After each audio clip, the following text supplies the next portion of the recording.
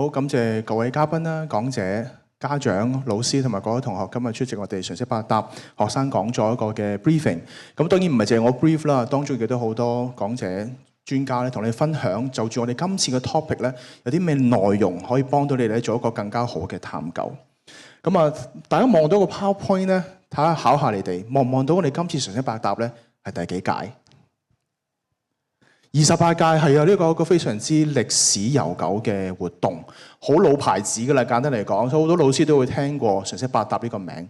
咁啊，所以咧都鼓勵大家老師、同學、家長咧翻到屋企咧可以上網望一望，打呢個 keywords 啦，常識百搭，因為望得翻咧以前咧咁多屆嘅題目啦，同埋一啲得獎作品，你會知道咧其他學校啊點解佢哋可以得獎咧？究竟裏邊有啲咩巧妙咧？大家都可以喺上去偷下師望下 ，OK？ 咁同你哋學習都好有關係嘅，因為呢個常識科咧其實已經由1997年到而家 keep 咗好耐㗎啦。咁當然而家就叫做小學科學科啦。但係我哋想讀書咧，唔係淨係喺課室咁簡單，想聯繫翻社會發生緊嘅事、世界發生緊嘅事，可以聯繫應用翻你哋學生裏邊學到嘅知識。所以我哋特登咧就搞咗啲活動啦。咁今年去到第28屆啦，非常之感恩啊！咁今日咧，我知道咧，其實有同學不斷陸陸續續嚟緊啦。咁但係當中亦都有好多學生咧、家長嚟唔到，因為學校好繁忙。我知道有好多活動啦，有家長日啦等等。所以我哋今日活動咧都係有錄影嘅。所以如果你哋學校嘅代表嚟到啦，唔緊要，翻到去咧上網同翻你哋嘅組員、老師、你嘅團體咧一齊去分享翻今日嘅內容咧，都唔會錯失嘅。咁啊，好感謝頭先都介紹咗啦，我哋有梁館長啦 ，OK， Winnie 啦，紅十字會嘅同事，仲有 Dr. Lee， 我哋@U 同事都會同大家講講你見到個 topic 啦。咁啊，同我哋今日活動咧非常之緊扣，所以大家咧打醒12分精神。好，咁啊，我哋咧有幾張 slide 俾大家啲嘅前 ，OK？ 嗱啲字好細啊，其實唔緊要嘅。你會望到左邊大概係啲嘅災害嘅類型，唔同嘅國家啦，同埋右邊啲數字咧係啲經濟損失。嗱，根據翻世界氣象組織咧，佢出咗一啲嘅數據俾你哋望翻，原來我哋全球氣象災害個趨勢同埋影響係點嘅咧？我哋望到最近呢50年咧，原來因為由氣候變化導致嘅天然災害，例如洪水啦、熱浪咧，係比以前越嚟越多。咁知道大家哋讀書都學到㗎啦，氣候轉變咧係越嚟越明顯，亦都越嚟越快。咁我哋從個災害數字反映到啦，受影響人數咧亦都越嚟越多。OK， 去到差唔多200萬人係死亡啦，講緊累積咗經濟損失咧，去到3點幾萬億嘅美元。咁啊，災害嘅數量咧亦都會不斷上升啦。你見到由70年代嘅2000幾宗，去到咧而家2010年嘅大概萬幾宗。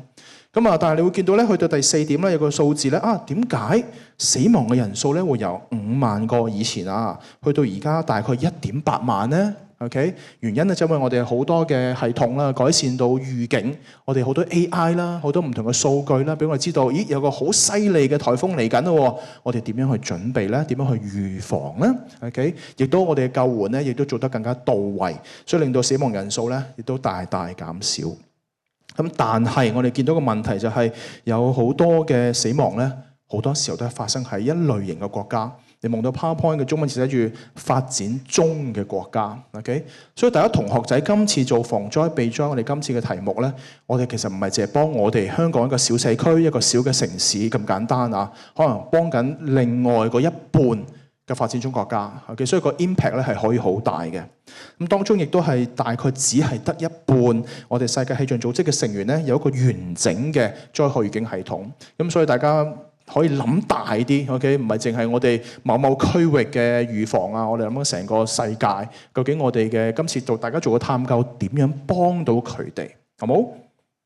好啦，咁啊俾少少實例大家啦，應該大家都好熟悉㗎啦。喺2023年咧，啱啱開學初，唔知大家有冇印象啦？嗰排咧特別多黑雨啦、颱風。再近啲嘅，你望一望2025年，應該大家記憶應該猶新啊！有記唔記得嗰個颱風個名啊？華加莎對大家係咩影響咧？同學仔係咪可以放假啊？係咪？唔單止係打風當日啦，前一日咧，我哋都放咗假。尤其是我哋暑假中間亦都好多黑雨啦。政府做咗好多唔同嘅準備。嗱，我哋睇翻而家望翻而家嘅數據啦，望到華加莎其實對我哋香港當時或者去到然後咧，有冇人死亡啦嘛？因為華加莎咁啊好多嘅數據顯示翻咧，我有一次聽阿武哥黎榮武先生嘅講咗話係冇人因為話加沙死亡啊，所以可能受傷會有啦，但係死亡係冇。咁我想藉呢個 point 咧，同同學仔諗下，係咪我哋好彩？係咪個風啱啱冇咁勁，令到我哋好好彩冇人死咧 ？OK， 嗱呢個同我哋今日做嗰個主題防災避災係好有關係。可能我哋打風前嗰日放假，係咪大家可以溫下書，可以打下機去 relax 下？但其實社會上面有好多唔同嘅義工啦、前線嘅職員啦，幫我哋做緊好多唔同嘅東西。咁我就賣個關子，我唔講住，因為陣間咧有好多同事專家咧會同大家一一分享。OK， 好啦，咁我哋今日做個主題嘅topic 係防災，預防個防啦 ，OK， 避災我哋準備 ，OK， 要記得個 term 就防災避災。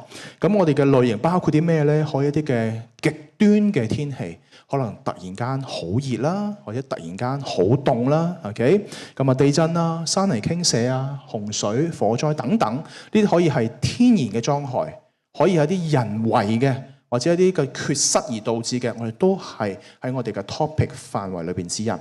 咁啊，影響範圍可以大到一個國家嘅、城市嘅、社區，哪怕係一個小家庭，因為當中可以會造成一個生命嘅損失，或者一啲嘅經濟啊等等，所以我哋都會包含喺裏邊。咁啊，俾啲例子大家啦 ，OK， 去破壞啲基礎建設。咁啊，唔知大家有冇印象啦？嗰次我哋打風嚟嘅時候咧，碼頭可能會俾佢吹爛咗啦，或者碼頭附近嘅餐廳又會俾佢受到影響啦。有冇印象啊 ？OK， 我哋香港都試過，亦都會影響我哋環境、社會運作。咁你諗下，如果個水浸係浸咗個垃圾站 ，OK， 咁啲垃圾就可能裏邊細菌啊、啲污糟嘅嘢咧，就會隨住水漂流到唔同地方啦。仲有另外，譬如係打風啊、落雨咧，會冧樹。咁今次華加沙嘅災害咧，颱風咧，我記得冧咗唔少嘅樹啊。但係政府咧，亦都好快將呢啲冧樹嘅阻礙物咧，盡快清除，因為咧佢唔想阻擋一啲前線人員去做一啲救災。咁呢都係我哋做防災避災咧，其中一個好常見嘅一啲嘅措施啦。咁陣間咧，亦都有同事會再講下咧一啲新嘅詞語啊，喺你哋嘅教科書咧，或者喺報紙未必成日聽嘅，就係提升咧我哋嘅社會啦，甚至成個建築物嘅韌性。OK 係咩嚟嘅咧？我交翻俾紅十字會同事咧，專家幫我哋講下究竟係點樣可以做到，好冇啊？咁啊，當然有好多唔同嘅社區嘅預警系統啦 ，OK， 推廣安全教育啦，又或者利用啲科技幫我哋偵測、監測、預防，甚至處理呢啲嘅唔同嘅災害咧，我哋都希望可以透過今次你哋活動咧學得到嘅。好，咁啊，簡單講講咧，其實我哋活動都係聯繫翻咧我哋可持續發展目標。咁啊，總共有17個。咁我哋唔貪心啦，我哋唔會做17個嘅。咁啊，我哋發覺原來有3個咧係好接近嘅，就係良好嘅健康與社會嘅福祉啦，可持續嘅城市同埋社區同埋氣候行動。咁呢個第你哋讀書去到中學咧，可持續發展目標或者叫做 SDG， 你哋一定聽到噶啦。咁到時你哋第日升中學 interview 嘅時候咧，你同嗰啲校長講，咦，我參加活動咧已經做緊 SDG 咧，咁校長就會知道，咦，你哋都識唔少嘢嘅喎。OK， 所以呢啲 terms 咧，其實你默做咗好多嘅，但係我哋都特登話翻俾你聽，同我哋世界追求緊呢個目標咧係一致方向嘅。好，咁啊，我一張 slide 最後啦，俾同學仔都知道啦。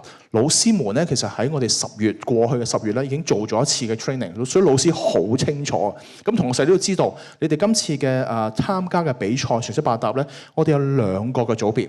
第一組就係一個叫探究組，咁啊做一個科學探究啦。OK， 裏邊有一個好 complete 嘅 cycle， 譬如揾到個問題啦、個情況啦。OK， 點樣透過做實驗調查、資料搜集去得出個結論。OK， 另外一個咧就係發明組。OK， 做一個顧名思義一個發明一個原創嘅產品，點樣幫我哋去處理、應對或者預防等等唔同嘅天然災害。咁啊，同學仔可以呢啲時候咧，多啲同老師溝通 ，OK， 睇下你哋有咩嘅諗法 ，OK， 再同老師一齊去就住呢2個方向咧，去諗下你哋個題目咧，想做邊個方向 ，OK。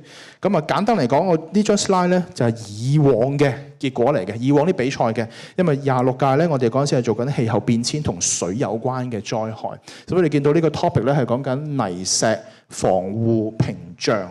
咁佢就會呢間學校咧就係柏立基教育學院校友會盧光輝紀念學校，咁佢哋都係攞咗優良嘅獎項嘅。咁我哋就將佢中間啲結果 ，OK， 就透過片段啊嘅相咧就擺咗上去我哋嘅網站。咁同學仔、老師們可以望下，究竟佢哋點樣做呢？個 idea 係點嘅咧？中間做探究，佢究竟有幾嚴謹？